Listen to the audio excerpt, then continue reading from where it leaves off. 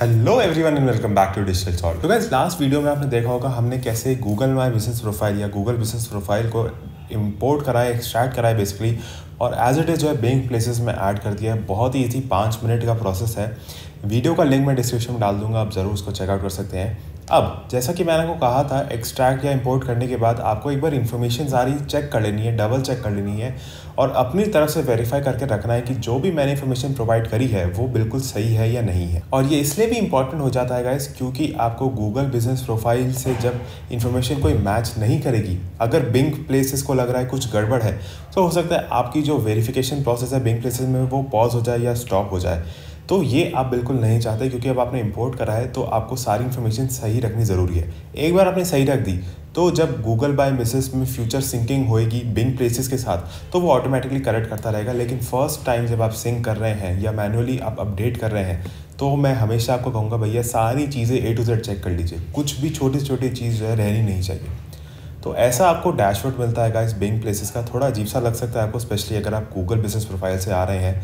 यहाँ पे कुछ खास इन्फॉर्मेशन नहीं है, ऐसी प्रमोशन वगैरह बता रहे हैं कैसे आप कुछ कर सकते हैं ऑन द गो, यानी कि मोबाइल आपका अपनी प्रमोशन कर रखी है यहाँ पे। और यहाँ पे बिंग डेटा टूल्स है, इसकी बात कभी और करेंगे हम। ये बेसिकली आपका गूगल का जो सर्च कंसोल है या गूगल एनालिटिक्स है उनकी तरह एक टूल है। तो बिंग प्लेसेस इसीलिए इंपॉर्टेंट हो जाता है गाइस, मैं बार बार जो कह रहा हूँ। स्पेशली रिसेंटली जब चैट जीपीटी और बिंग चैट आया है तो बिंग के यूज़र्स इंक्रीज़ हुए हैं, इस पर सर्चेज जो इंक्रीज़ हो रही हैं। भले ही अभी भी 90% या 95% गूगल से ट्रैफिक आ रहा हो, लेकिन कुछ ना कुछ ट्रैफिक इधर से आ रहा है। और बिंग के पास, माइक्रोसॉफ्ट बिंग के पास बहुत सारे ऐसे टूल्स हैं, Bing ads, Bing clarity, Bing, ये आपने जो डेटा टूल देखा, बहुत सारे टूल्स हैं जो काफ़ी एडवांस लेवल के हैं। तो कहीं ना कहीं आपको ये फ़ायदा ज़रूर करेगा अगर आप इनको सीख लें, क्योंकि हो सकता है फ्यूचर में माइक्रोसॉफ्ट बिंग के पास भी ट्रैफिक अच्छा खासा आए। तो इसलिए आपको ज़रूर ये अपनी प्रेजेंस इधर बना के रखनी, आप इसको इग्नोर जो है नहीं कर सकते। तो चलिए यहाँ पे मुझे सिर्फ एक ऑप्शन दिख रहा है, यहाँ पे मैं एडिट पे क्लिक कर देता हूँ और यहाँ पे मेरी सारी बिजनेस की जो है डिटेल्स मेरे को जहाँ तक दिख जाएंगी। तो यहाँ पे गाइस हम स्टार्ट करते हैं। बिजनेस प्रोफेशनल नेम हो गया है, मेन फ़ोन नंबर आ गया, एड्रेस आ गया, एड्रेस ज़रूर चेक कर लेना भैया। वेबसाइट देख लेते हैं, वेबसाइट बिल्कुल ठीक है। यहाँ पे इमेजेस दिखा रहा है, एक ही इमेज है यानी कि लोगो एडिट है ऑलरेडी। और यहाँ पे मैप दिखा रहा है जो कि मैं देखते ही बता सकता हूँ कि बिल्कुल ही गलत है। डिस्क्रिप्शन आप देख सकते हैं गाइस, ये इसने गूगल बिजनेस प्रोफाइल से आज एड्रेस उठा लिया तो कोई दिक्कत की बात नहीं है। एक बार मैं क्या करता हूँ गाइस, एरियल के ऊपर रोड साइड जो है सेलेक्ट कर लेता हूँ, बेसिकली रोड सेलेक्ट कर लेता हूँ और थोड़ा जूम आउट करता हूँ और फिर मैं देखता हूँ कि भैया हम हैं किधर। तो जहाँ तक मैं समझ पा रहा हूँ बिल्कुल ही गलत जगह पे ये लिस्टिंग दिखा रहे हैं मेरी, और मुझे पिन को जो है मूव करना पड़ेगा और ये शायद थोड़ा टाइम ले ले क्योंकि ये फालतू में इसने मेरी लिस्टिंग को पता नहीं कहाँ पे पटक दिया है। तो मेरे को अपना सेक्टर जो है ढूंढना पड़ेगा अब। तो यहाँ पे गाइस फाइनली देखिए मैंने अपनी लिस्टिंग की लोकेशन जो है करेक्ट कर ली है। आप बिंग मैप्स का एक्सपीरियंस इतना अच्छा नहीं लगा मेरे को बिल्कुल भी। इनफैक्ट गूगल मैप्स काफ़ी ज़्यादा अच्छा है, काफ़ी ज़्यादा डिटेल्ड है, उसमें छोटी छोटी चीज़ें भी स्पेसिफाइड होती हैं तो आप इजीली जो अपनी लोकेशन मार्क कर सकते हैं। इसमें बेसिकली मेरे को थोड़ा बहुत हिट एंड ट्रायल देखना पड़ा और एक दो बड़े बड़े लैंडमार्क जो मैंने गूगल मैप से कंपेयर करके देखे तब मैं अपनी लोकेशन डाल पाया हूँ। और अभी भी मेरे को थोड़ा बहुत है कि हो सकता है मेरी एक दो बिल्डिंग जो है आगे पीछे हो गई हो, लेकिन मोर और लेस ये काफ़ी एक्यूरेट है। अब मैं यहाँ पे डन कर देता हूँ गाइस और अब हम आगे चलेंगे। नेक्स्ट इन्फॉर्मेशन हमें क्या अपडेट करने की ज़रूरत है, तो यहाँ पे मैं नेक्स्ट पे क्लिक करता हूँ गाइस। अब आप देख सकते हैं सेगमेंट बिजनेस या कैटेगरी सेलेक्ट करना कह रहा है बेसिकली। तो यहाँ पे मेरी जो है प्रोफेशनल सर्विसेज के अंडर आती है कैटेगरी, तो इसको मैं सेलेक्ट कर लेता हूँ। एंड बिजनेस कैटेगरी यानी कि माई टाइप ऑफ बिजनेस सेलेक्ट करने को यहाँ पे ये कह रहा है। अब देखते हैं कि इसमें डिजिटल मार्केटिंग एग्जैक्टली है या मेरे को कुछ और थोड़ा वो आगे पीछे का देखना पड़ता है। देखिए डिजिटल मार्केटिंग तो मेरे को नहीं मिला है, मैं मार्केटिंग सर्विसेज कुछ सर्च करके देखता हूँ, उधर से हमें दिखा रहा है, नहीं उधर से भी नहीं दिखा रहा है। तो ऑब्वियसली हमें कुछ जो है यहाँ पे और ही देखना पड़ेगा एक बार मैं। लेकिन यहाँ पे जो चीज़ें मैं कवर कर लेता हूँ बेसिकली, मेरे को कुछ भी समझ आ रहा है तो मैं यहाँ पे सेलेक्ट कर लेता हूँ। फिर से मैं वही बात कहूँगा गाइस, क्योंकि ये बिंग नया नया बच्चा है, अभी चला है अभी, तो ये गूगल से इसको सीखने की काफ़ी ज़रूरत है। कैटेगरी जो है गाइस गूगल की काफ़ी ज़्यादा क्लियर होती हैं, डिफाइंड होती हैं, वेल डिफाइंड होती हैं।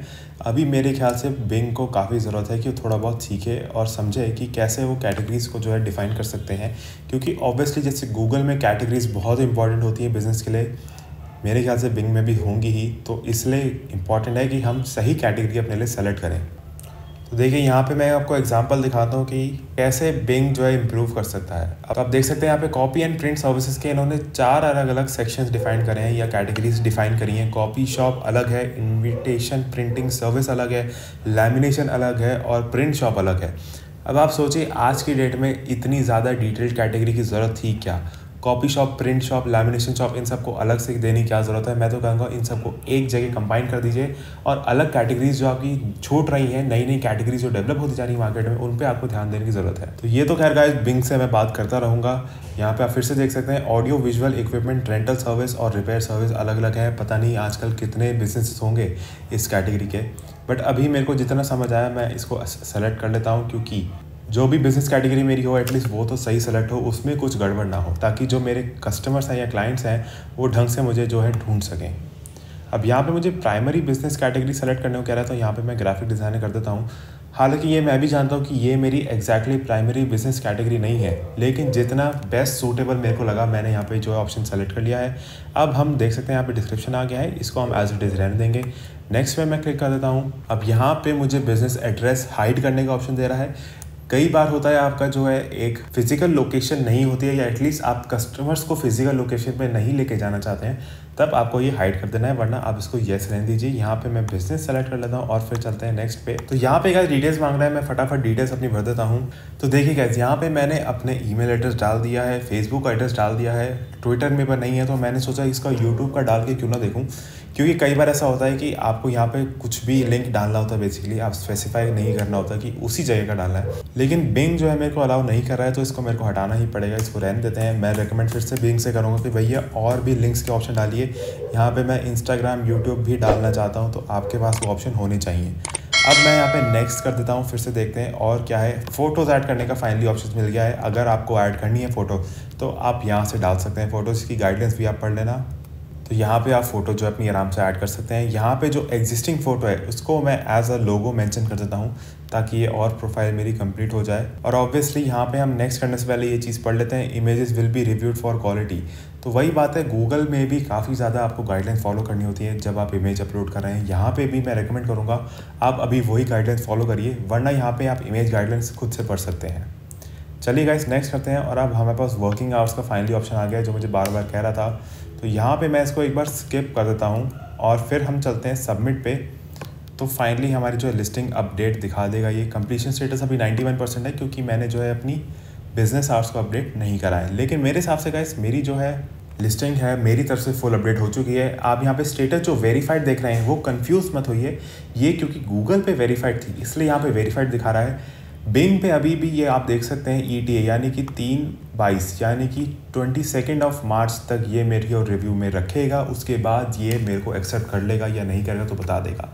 लेकिन मेरे हिसाब से अब हमारी लिस्टिंग एक्सेप्ट हो जानी चाहिए। हमने कोई भी दिक्कत नहीं रखी है, हमने सारी डिटेल्स को एक बार मैचअप कर लिया है फिर से, और अपनी प्रोफाइल भी अपडेट कर लिया। तो 99% हमारी बिंग प्लेस की लिस्टिंग जो अपडेट हो जाएगी। और 22 मार्च को मैं होपफुली मैप्स खोल के देखूंगा बिंग मैप्स, तो मुझे अपनी लिस्टिंग वहाँ पे दिख जानी चाहिए। तो गाइस ये थी एक और वीडियो जब आपने बिंग का पूरा डैशबोर्ड समझा, बिंग प्लेसेस का कैसे आप लिस्टिंग ऐड करने के बाद जो भी चेंजेस हैं वो कैसे कर सकते हैं। काफ़ी ईजी डैशबोर्ड है समझने को, थोड़ा बेसिक ज़रूर लगता है, स्पेशली जो इसका गाइस यूज़र इंटरफेस है वो मुझे काफ़ी ज़्यादा बेसिक लगा। ये जो कलर स्कीम यूज़ कर रहे हैं वाइट और ग्रे, ये थोड़ी मेरे को पुरानी लगती है, लेकिन कोई बात नहीं, अब जो है वो है।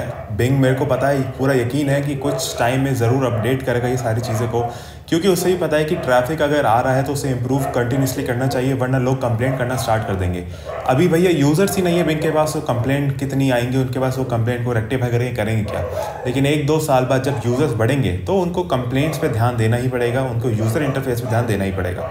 तो चलिए गाइस वीडियो आपको कैसे लगी कमेंट सेक्शन में ज़रूर बताइए, लाइक ज़रूर करें मेरे वीडियो को और सब्सक्राइब करें चैनल को ऐसी और वीडियोज़ देखने के लिए। Thank you for watching this video guys, मिलता है अगली वीडियो में।